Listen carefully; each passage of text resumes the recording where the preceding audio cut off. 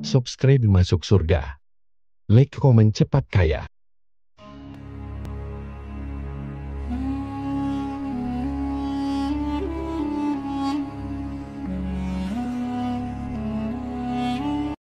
Assalamualaikum warahmatullahi wabarakatuh. Para pemirsa YouTube sekalian dimanapun berada, alhamdulillah pada kesempatan hari ini kita akan sharing terkait dengan upaya meraih rahmat Allah. Dalam konteks kekinian, rahmat Allah dapat saja berada dalam amal yang sungguh sepele. Mungkin saja rahmat itu terletak dalam diri anak-anak jalanan yang mengulurkan tangan ke hadapan kita, atau di dalam diri pengamen yang menyanyikan lagu sumbang tak jelas suara dan nadanya. Dan juga mungkin sekali rahmat itu terletak dalam amal kita dalam memberi selembar kertas koran sebagai alat sholat Jum'ah. Walhasil sekecil apapun amal itu tidak boleh kita sepelekan. Maka materi kali ini merupakan penjabaran dari istilah rahmat dalam ayat Az-Zumar, dalam surat Az-Zumar ayat 53 yang berbunyi, "Hai hambaku yang melampaui batas terhadap diri mereka sendiri, janganlah kamu berputus asa dari rahmat Allah. Sesungguhnya Allah mengampuni dosa-dosa semuanya. Sesungguhnya Dialah yang Maha Pengampun lagi Maha Penyayang." Bahwasanya kita semua dilarang untuk merasa putus asa atas rahmat Allah. Bagaimana kita akan putus asa kalau kita sendiri tidak memahami rahmat itu sendiri? Oleh karena itu, kali ini akan lebih banyak membicarakan hal tersebut. Sebuah kisah yang berdasarkan pada hadis Rasulullah dari cerita malaikat Jibril. Sesungguhnya dahulu pernah ada seorang hamba yang bernama Abid yang tinggal seorang diri di sebuah gunung paling tinggi di dunia. Begitu tingginya gunung itu sehingga aku Jibril sering melaluinya ketika hendak turun dari langit melaksanakan titah dari Yang Maha Kuasa. Gunung itu tidak begitu luas, tetapi cukup lengkap persediaan bahan makanan dan buah-buahan juga air terjun yang menyegarkan. Hal itu mempermudah Abid menjaga perut dari kekosongan dan memudahkannya berwudu sehingga ia selalu dalam keadaan suci. Di atas gunung yang sangat indah itu Abid hidup selama 500 tahun. Ia tak punya kegiatan selain beribadah, bermunajat dan berdoa. Tidak pernah terlintas di benaknya untuk berbuat dosa dan mendurhakainya.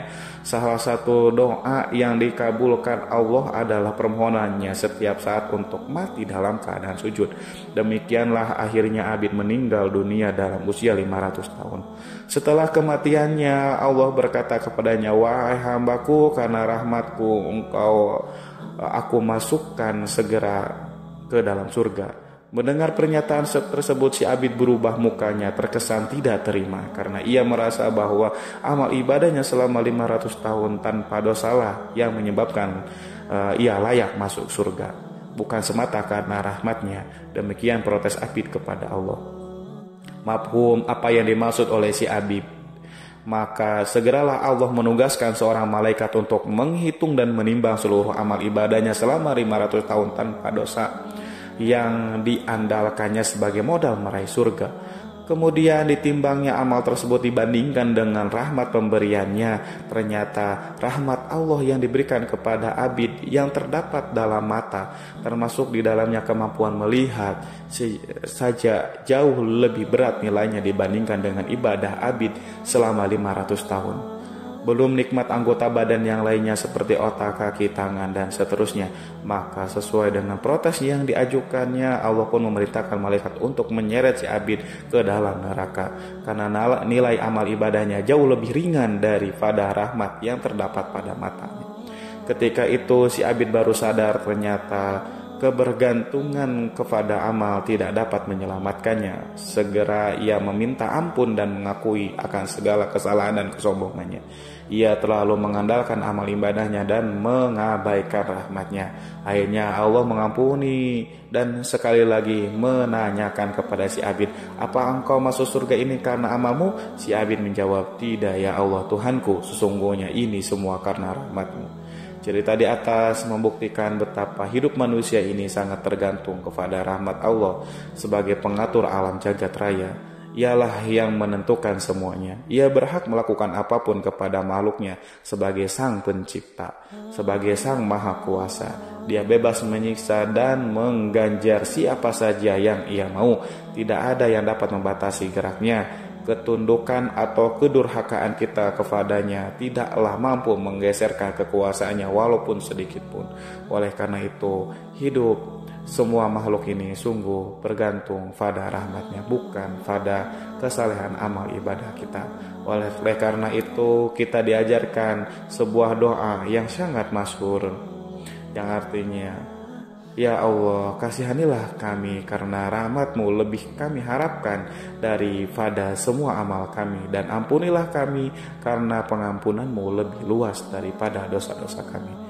Begitulah hendaknya manusia sebagai hamba yang lemah tidak dibenarkan terlalu merasa aman dengan amal ibadah yang telah kita kerjakan, karena hal itu tidak serta-merta mampu menyelamatkan diri kita, karena keselamatan dan pertolongan itu terkandung dalam rahmatnya.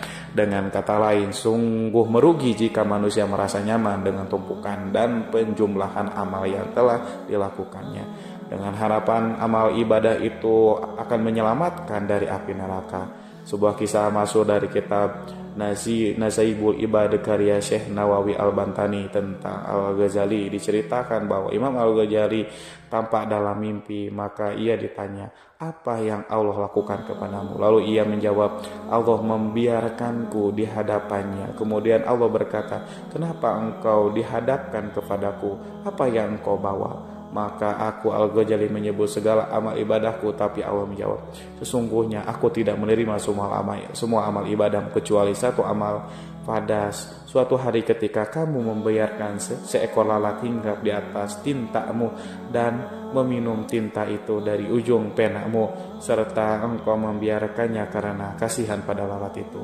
Kemudian Allah berkata, wahai malaikat, bawalah hambaku ini ke surga. Perangan Al-Ghazali ini menunjukkan kepada kita bahwa posisi rahmat Allah itu sangat rahasia. Ia bisa terdapat dan terbentang amal kita yang tidak kita ketahui persisnya. Beratus-ratus kitab karya Al-Ghazali, bertahun-tahun ibadahnya, tetapi rahmatnya malah terdapat ditinta pada ujung penanya. Bukankah secara logika ratusan karya itu lebih bernilai? Tapi tidak demikian. Rahmatnya tidak dapat dikalkulasi, diprediksi, dan diperinci karena rahmat itu adalah hak prerogatif miliknya.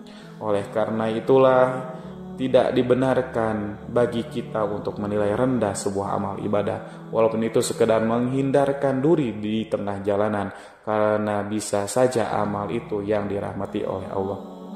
Kita tidak boleh meremehkan amal walaupun sekecil apapun. Siapa tahu itulah yang akan menyelamatkan kita di akhirat nanti.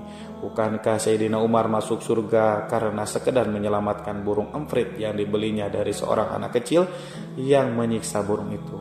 Cerita ini kemudian diabadikan dengan sebuah kitab Usfuriyah. Begitu sebaliknya, kita tidak dibenarkan pula menyombongkan amal ibadah walaupun sebesar apapun amal tersebut, karena belum tentu amal itu mengandung rahmatnya.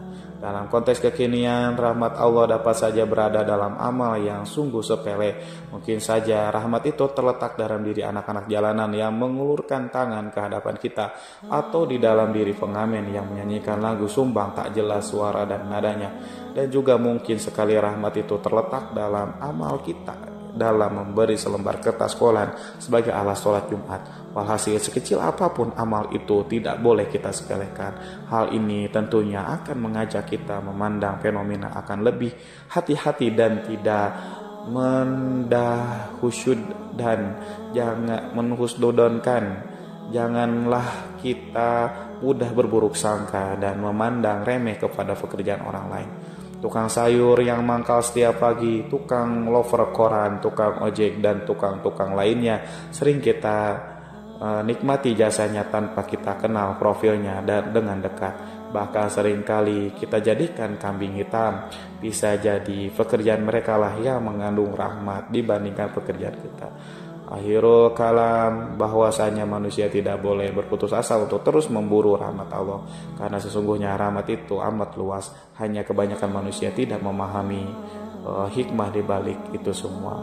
Demikian sharing kali ini, semoga membawa banyak manfaat, minimal meyakinkan pada diri kita agar tidak mudah memandang remeh pada amal-amal kecil, juga amal-amal orang lain. Barakallahu fiik. Wabillahi taufiq wal hidayah. Assalamualaikum warahmatullahi wabarakatuh.